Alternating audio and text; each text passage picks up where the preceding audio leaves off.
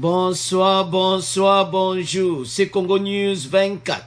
Chers téléspectateurs, comme toujours avant de commencer notre émission, nous disons merci à Dieu, nous disons merci à nos chers abonnés et téléspectateurs qui nous suivent partout dans le monde entier et en RDC. Chers téléspectateurs, soyez les bienvenus dans l'émission Nabiso, autre analyse ensemble la situation politique en RDC. À la une, chers téléspectateurs, la paix revient à l'Assemblée nationale, la société civile condamne les dégâts. Toko développer ensemble bande konanga émission oyo ndenge nini makambo utolika pe boko yoka extrait pe toko développer ensemble. Deuxième point, chers téléspectateurs, au balubaka et Indi, les États-Unis, Royaume-Uni, Suisse, Canada pour l'Union sacrée. Et puis les États-Unis a passé sous message na Kabila et FCC d'accepter les discours de Tshisekedi. Bande ko Kabila za na problème. Ba yebisi qu'il faut accepter discours wana. Message à américain toko yoka en détail. Et puis la Belgique s'est dit prêt à contribuer à la mise en œuvre des réformes présentées par Fachi dimanche. Bande ko Kabila na FCC bazana problème parce que bazo obligé ba américain ba pays européen bango to batiango na mesa ba ebisi bango batika oyo baza kosala. Alors toko développer ensemble. Alors chers téléspectateurs, la paix revient à l'Assemblée nationale. Kimia écoute parce que bandimi sikoke ba recevoir pétition et puis ba longola bureau Yamabunda. Tu es bien que mon boulot est zalaki. De l'autre côté, la société civile a condamné qui mais toujours y en a point. Et l'on est un toloba. Les députés ont sur bomona qui wana na ba vidéo, bazo tomboka, bande konanga. Bango bazai ko vivre makambo oyo ngano to so vivre ti. Bazo vivre pena comment? Assemblée nationale baza ko kipe makamba peuple ti wana bo baza ba vrai bana mboka et ça la capacité bande ko ngai toujours tambola na kati assemblée nationale mais il y a un groupe d'individus ba doit décision na bango que RDC jamais ko changer aux alaka na marque to memaki yango na 18 ans. Depuis plus de 1 mois, 18 mois, je m'excuse, plus de 18 mois, Assemblée nationale a traité dossier monté à peuple. Vous imaginez? Mais les lobaya kolobake, banba traité ba dossier associé à la peuple. Et ça coûte la peuple. Bande konangai, eza mawa, komona, comment batu va se comporter. Et ça là est bien té. Comment ba Congolais bazana besoin makambo sika. Mais baso soya ngote. O baso mona eza l'encontre oyo bango baza kozela. Donc baso traiter dossier peine à population ti. Alors, yango zo mona ke nakati ya FCC PPRD il y a des vrais Congolais. O baza na posamboka. Ce n'est pas parce que baza dicté par l'autorité morale, mais bazi courage, il y a qu'à signer pétition. Et puis ils ont fait un message directement qui te longwe. Pourtant au sengi mabunda a longwa, o yebite kuno ko vendre le soutien, et ça n'a pas clair. Sauf qu'on connaît un problème. Alors, bureau yo ezala dégagé déjà en avance. Bande konanga so boyoki makaba américain ba yebisi Kabila metezo ya na point message moko direct. Alors avançons. Peuple congolais s'attend na makamba bien na so zo ngote et là on est peuple congolais doit que le liboso loi mina kusakata et tiba désordre. Après gratuité de l'enseignement baso discuter côté à moté pona bango mission na bango ezaka ka fatia koya asale lokote alors que facha zape mayele yango zomona ba européen ba occidentaux bango tu ba américain ba appuyer fachi. Donc FCC na Kabila il faut ba se replier d'une manière ou d'une autre. Mais toujours yana point bande konanga pays qui pris en otage l'Assemblée nationale ba ozo ba décision pour l'intérêt na bango moko, alors que peuple a besoin d'aide, a besoin de soins. Maintenant, na ko aider bango, il n'y a personne, et ça continue comme ça. Donc pour na bango ba mener pays oyo kande ba mena qui ont pendant 18 ans, ça fait mal. Parfois quand je regarde je dis mais toujours kende wapi ezo salanga pasi. Je ne sais pas comment dire, je ne sais pas comment expliquer ma passion, mais naza ko expliquer en haut parce que bande congolais tout élément toza na posa mboka bato baza na posa mboka ti Assemblée nationale dégâts ezalaki donc est-ce qu'on a dégâts société civile a condamné en haut. C'est parce que bah des gars on est causé les sous trésor public à foutre quoi alors que tu au Lukambo. Mais d'une manière ou d'une autre so moni bato ba tombo ki bongo balinga ko se refoulé ne loko moko e kangi bango, ils sont bloqués parce qu'il y a bango bazana besoin ba aider peuple, mais il y a un groupe d'individus à cette Assemblée nationale ba kanga le kofi que peuple wana ko sala kaka bongo. Alors o ezaki opportunité ko esa biroana ya on bato ba tombo kaki. Alors chers téléspectateurs, chers internet, tolanda extrait oyo bon to continuer mission là-dessus.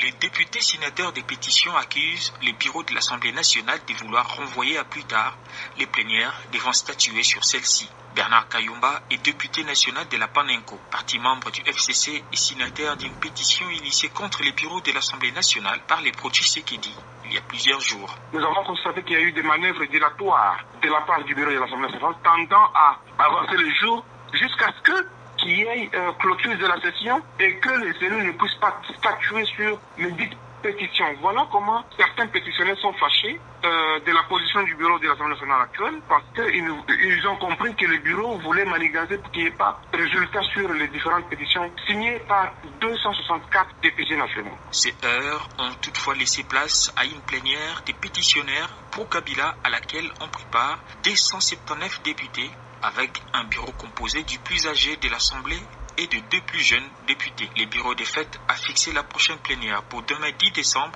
le temps de notifier régulièrement les membres du bureau visés par les pétitions qui ont le droit de présenter leurs moyens de défense. La société civile dit regretter de ce qui se passe au niveau de l'Assemblée nationale. Jonas Tchombela est le président de la nouvelle société civile du Congo. Nous sommes en train de regretter le comportement apparemment violent des honorables députés les 2 jours qui n'honorent ni le pays ni leur qualité d'honorable. C'est extrêmement déplorant. Ce qu'ils sont en train de détruire aujourd'hui, on fera recours à l'argent des contribuables congolais. Donc ce n'est pas normal. Pour lui, la solution à ces conflits serait au niveau statutaire, mais aussi politique. Jonas Tchombela. Nous pensons que le règlement de ce conflit, de cette crise, est à 2 niveaux. Il est au niveau réglementaire, il peut être au niveau politique.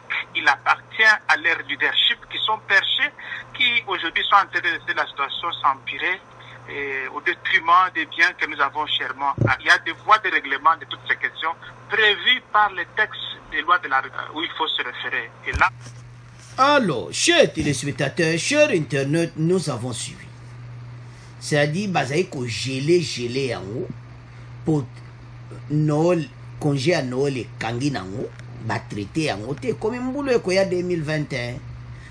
Alors, bango ba timbela ki déjà babité, bato e fuba jambutu mbutu. Yango bomoni dege kotaki. Ba mona ke bango balinga ba donc bazolinga ba lexango temps.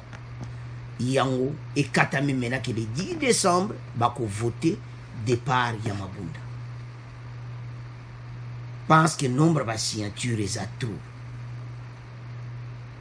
Boyo qui député à FCC on a expliqué pourquoi. ba remarquer que bureau wana baza ko edemboka te. Donc makambo eza important ba osala yango te. Yango bozomona ke batu batelemi babi non c'est non toko continue boiti.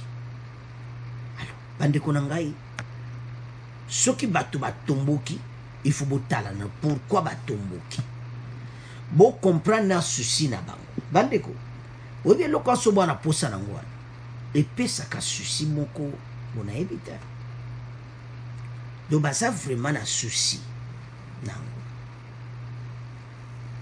Alors chers téléspectateurs ba mona kete lokola bango ba osala ba manœuvre tika to seme deka ba ko salela ngonoki omoni basalela ga onoki malgré que babiloko esala ba mususu eza pena kitoko te biso pete o condamné yango ko buka babiloko assemblée nationale eza pena bien te mais il faut tana circonstance nini basala ki yango société civile azo condamné eza mabeti mais il faut tala pe circonstance nini yango esalamaki pourquoi bakomaki na kandati ya kolongola yango parce que bango balingaki ba gilet yango donc mbula pene sili nango ko décembre pene leki nango masole betami te ba Noël leki to comme pene en 2021 babiti bato so to tiki ba onkabo to mema mbutu yango basali pe mobulu.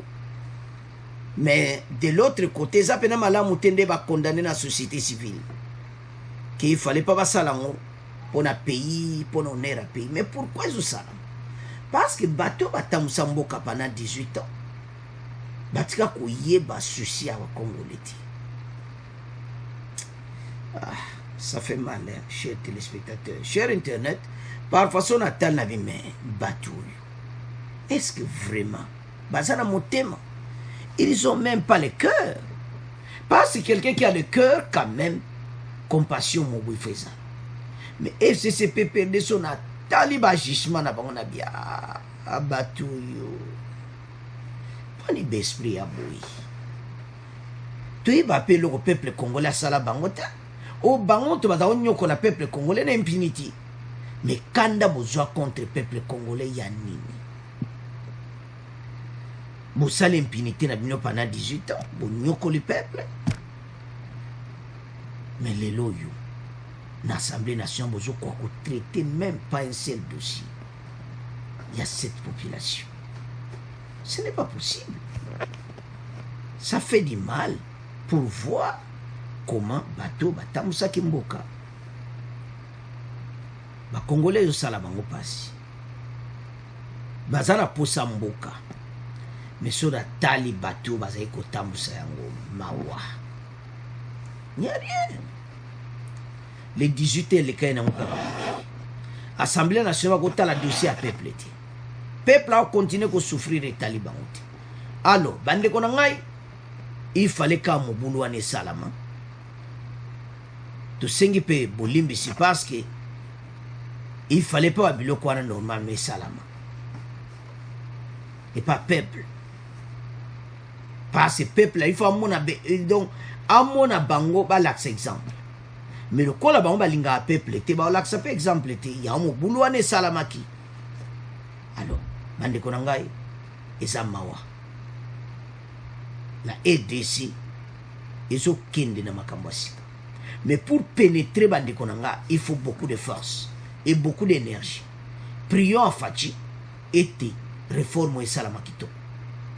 Tout ce premier point on a bino, tout kena deuxième point, o e hindi les États-Unis, balobeli Kabila. Alors, chers téléspectateurs, chers internet, deuxième point oyo, eza somo.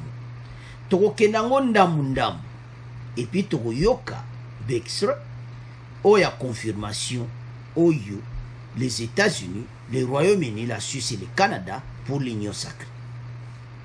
Les USA demandent à Kabila et FCC d'accepter les discours de Tshisekedi et Yindi bande konama. Et ça passe peu mawa comment FCC ne va se comporter dans mikolo. Mais bah Dieu avertissement. donc soki basaleli yango te Kabila aza na problème sérieux na FCC baaméricain baza clair mais tobanda nanu na message conjointe oyo basangani bapays wana nyonso oyo les 6 pays basangani mpona kopesa message na bango ndenge nini bazosoutenir Faci mpona union sacrée. Nous nous joignons à nos collègues en soutenant le processus politique actuel qui vise à jeter les bases d'un avenir meilleur pour la RDC. Donc, Makambo Faci a lobby ezali pour un avenir meilleur pour la RDC. Sans violence, les autorités peuvent travailler en vue d'apporter des améliorations concrètes aux vies des Congolais. C'est ça. Bango basangani après ba américain ba pesi ba omo weka bango balinga ya ba omo pesa la part. Wana za dire écoute. Donc Kabila, il faut accepter le discours à Faci. Alors, pourquoi ba pays oyo ba pesi maloba wana? Et ça message direct à Kabila que accepter yango ou bien yemoko yebi wana biso mwato lobezati ba yebi si que il faut accepter message à Faci en soutenant le processus politique sans violence. Donc ba supporter yango parce ba monete message à Faci eza kitoko pona RDC. Les autorités peuvent travailler en vue d'apporter des améliorations concrètes aux vies des Congolais. Yango Makambo Faci alobaki. Donc, oyo nyonso FCC bazo loba loba. Bazo zala contre que voilà. Makambo il fallait salamane ebandeli na 2019 un informateur siko eko salamate, nous avons un gouvernement qui travaille. Ba pays o ba yebisi Kabila na FCC ba retirer message na bango ba accepter discours à Faci eza ko yinda bande kona ba obligé ba pesa message moko direct ko laksa Kabila na FCC te ba pays wana nyonso baza sima Faci.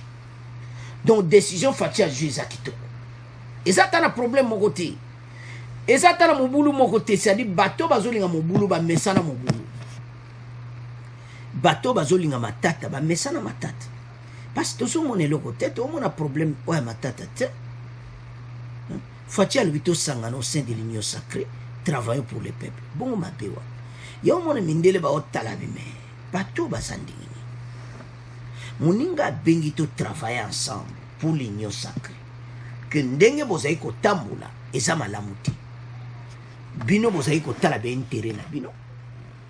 Alors ce groupe d'individus oyo bazui pays en otage baza kopesa masolo na média to reconnaître discours à Faci te bande ko ba américain ba tie caché soko ayoki te FCC ba yoki te Taliban. Il faut pas accepter. Alors chers téléspectateurs, message quoi? Siko tokende yaba américain yaba belge to loba suka tokende nzita ama wana siko ba américain bango moko. La RDC a l'occasion historique de mener à bien les réformes nécessaires qui apportent les changements que les Congolais souhaitent. Les États-Unis appuient l'effort visant à atteindre cet objectif et appellent tous les acteurs à saisir cette opportunité et d'abstenir de toute violence. Message quoi? To basana problème sérieux. Kabila na FCC basana problème sérieux. Ba yebson ba accepter. Donc message est clair et pas là-bas. Ce qui va accepter te na ebita. Donc ba américain ne ba lobby ba saisir opportunité oyo pour pays et ba base sika union sacrée salamusa. Donc c'est-à-dire d'une manière ou d'une autre ba accepter informateur abima informateur asala musala na ye bandeko message eza clair epa na bango bayebisi bango d'abstenir ba saisir opportunité ya union sacrée et puis ba abstenir de toute violence boyebi bango na bana makambo bandakala alors bandeko na ngai message koyi siko bato oyo ifu batosa sikoyo soki batosi te ekosukela Kabila na FCC ndenge nini ezomona défaite totale parce que Kabila avait écrit aux Américains aux bango tout occidentaux diplomatie a comment il va lettre tout ça vous vous souvenez de l'émission et les gars que direction fatia zo zo ba va s'appeler la montée tout ça mais les loba ya couper ces réponses dans la lettre na e ba yebsi que ba saisir opportunité ou et puis ba abstenir na violence alors c'est-à-dire sur le camp Kabila et FCC balimba kene na violence né vous comprenez que ba jena ba ba kamno ba désordre ba créer insécurité va payer très cher. Pas ce message, ça pour les lire. Mais si on va profiter de l'occasion où il y a une union sacrée pour payer la base, la réforme de Kitoko pour Namboka. Mais, va abstenir de la violence. Donc, bango bazol ngaba ke na violence bande ko nga nemde usuki na bangote. Alors, to yoka extrait oyo bongo to continuer mission na biso. Bantuma ya États-Unis, Canada, Corée du Sud, Japon, Royaume-Uni, pays Suisse, basakoli ete bazali kokoba kopesa maboko na misala miambongwa na démocratie pe bitumba na kanyaka na RDC. Balobi bamoni mokano président Tshisekedi yazwaki dimanche 6 décembre pe basengi bayi politique kobo ya mobulu pe komikotisa na mbongwana. Alors, chers téléspectateurs, nous avons suivi. Bayebisi bango ba politicien bami kotisa baboya mobulu me bami kotisa na ba réforme mbongwana donc bayoka bande kona ngai toyebie bato nde bazalaka parce que pourquoi ba pays ba pesa voix na bango Belgique a pesa ya pas États-Unis ba sanksi mais États-Unis il faut pesa sur ya pas la RDC à l'occasion historique de mener à bien réformes nécessaires qui apportent les changements que les Congolais souhaitent, les États-Unis appuient l'effort visant à atteindre cet objectif et appellent tous les acteurs à saisir cette opportunité et d'abstenir à toute violence. Mais ça, je ne sais pas Kabila na FCC. Ceux qui vont me quitter, vont créer ma insécurité, tout ça, va un problème. Ya to yebse bandi ko facha avança discours sola que não a partenaire. Mas sola é déjà. Parce que na makamutu facha a jamais violé la constitution. Tout a été clair. Tous a besoin de gouvernement à Sika. Donc gouvernement à Sika et ko bana ba réforme à Sika na kati ya union sacrée. Ba kebisi bango d'abstenir à la violence. Donc, alors, qu'est-ce qui va se passer sur la violence? Vous voyez, bien, pense au compte de mort et que comme sur le tribunal international. Donc, ne va zawane faut ba keba. Batosa, oyo ba américain ba lobby. Oyo ba pays wana nyonso ba lobby. Ba pays wana kutu ba zoloba ke makamufacha yena mweza bien.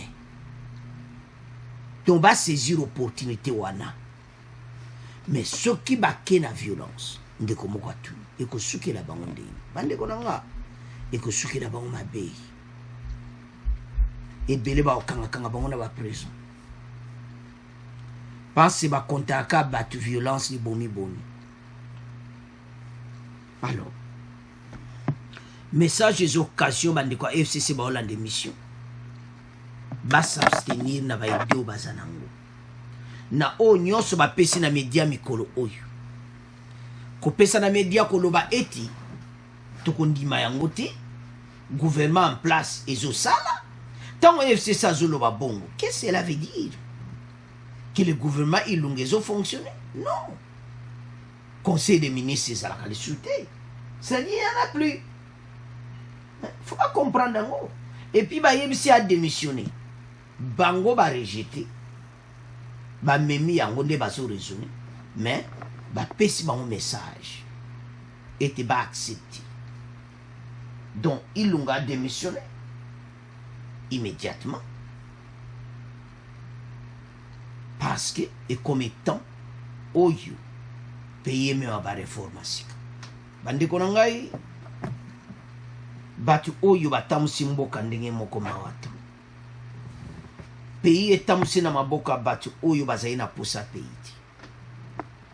Quand je vois tout ce qui se passe pour le moment, je regrette mon beau pays, la RDC. Tu as travaillé dans un groupe d'individus. Oyo bakangi pays en otage. Fatia bia bimisa biso en otage. Il y a un autre groupe, le groupe na bango. Mais bayebisi bango. Et tu vas accepter le discours à Fachi. Ceux qui vont accepter, bango bayebi. Bandeko nangai, yo Congolais place aux ana RDC. Bapaya bazo soutenir le discours à Fachi. Et comme étant yo téléma. O s'abstenir na violence nyonso. O téléma était tout avancé mboka. Tous à la biso sont ensemble pour l'union sacrée de la nation. Parce que Fatianga Salango pour l'intérêt à Congolais nyonso. Mais bande konangai batu oyo balingi makambo sikati. Balingi mbongwana ti. Balingi ba réforme ti. Balingi ka système wana impunité continue pendant les 20 ans. Mais peuple congolais non. Trop c'est trop. Et comme étant bango pe bazala pembeni. L'union sacrée va voter informateur. To yeba nani à cause de la premier ministre. Alors, le gouvernement est comme ça là. Il faut pas diminuer le train de vie. Tant que formateur à Kobima. Parce que ça bientôt. Donc, ça vraiment imminent. Parce que bazana a besoin de Mikolo Fatia Zoluka, informateur. Donc, semaine, il faut pas diminuer. Et Lunga, il faut démissionner de Baïbsaki. Mais soit ils continuent à résister, bah passer message yangoana. Que batika, bah saisir l'opportunité pour l'intérêt du peuple congolais. Peuple congolais a mona esengo ya mboka. Ah, mais tout vivre bah dega moko. Non les mots sont ta la pays na biso salama wa. Et salama wa bandeko na ngai. Yango ba Américain ba yebi bango. Ya ba pesi ba message wana. Que bakota na violence bakota na message bandima discours wana informateur abima Ilunga andima démission masole tambo. Donc soko salité ko bende la bango donner des dossiers et ko bende la bango donner des problèmes pena yebiti ndé ba okena makambo bande ko nga tous à l'ensemble tous soutenir Fachi na nzela oyasika. Ceux qui sont américains vont supporter Fachi. Bissomo va congolais. Tout élément. La Belgique, s'est dit prêt à contribuer à la mise en œuvre des réformes présentées suite aux consultations menées par Tshisekedi. Belgique a lobby que baza prêt. Il y a contribué. La mise en œuvre, il y a des réformes au Fachi Salaki dimanche. Et ça, il y a et c'est Yindi. Pourquoi tu le dis? Baza n'a problème. Kabila na F6. Donc Belgique va se supporter à 100%. Voilà. Bandeko. Boye bien makambo ebele bonga biso moto banda. To benga e bangota. Biso moto bandi ba moni pena ki Fachi salango propre. Ezate ki ba benga bango na masolo non. Bango bazala na masolo ta. Mais ba confirmer que ba consultation ndenge salamaki ça prêt à soutenir Fachi. Donc Belgique a fait cette confirmation. L'Union européenne a fait si. Si le monde entier va confirmer, bango va diriger. Kuna na Nations Unies, sécurité, Oyo, Conseil de sécurité de l'ONU, bango va bateau va te vendre à kuna.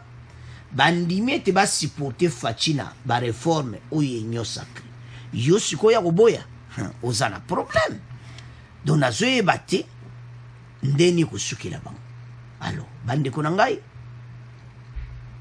eyendeli bango ekomi temps bandima union sacré bandima discours wana bandima informateur donc ilunga a démissionné soki baboyi etali bango bapays nyonso bagrande puissance bazosupporte faci bo abonné massivement merci na nde bolandi émission au revoir à la prochaine.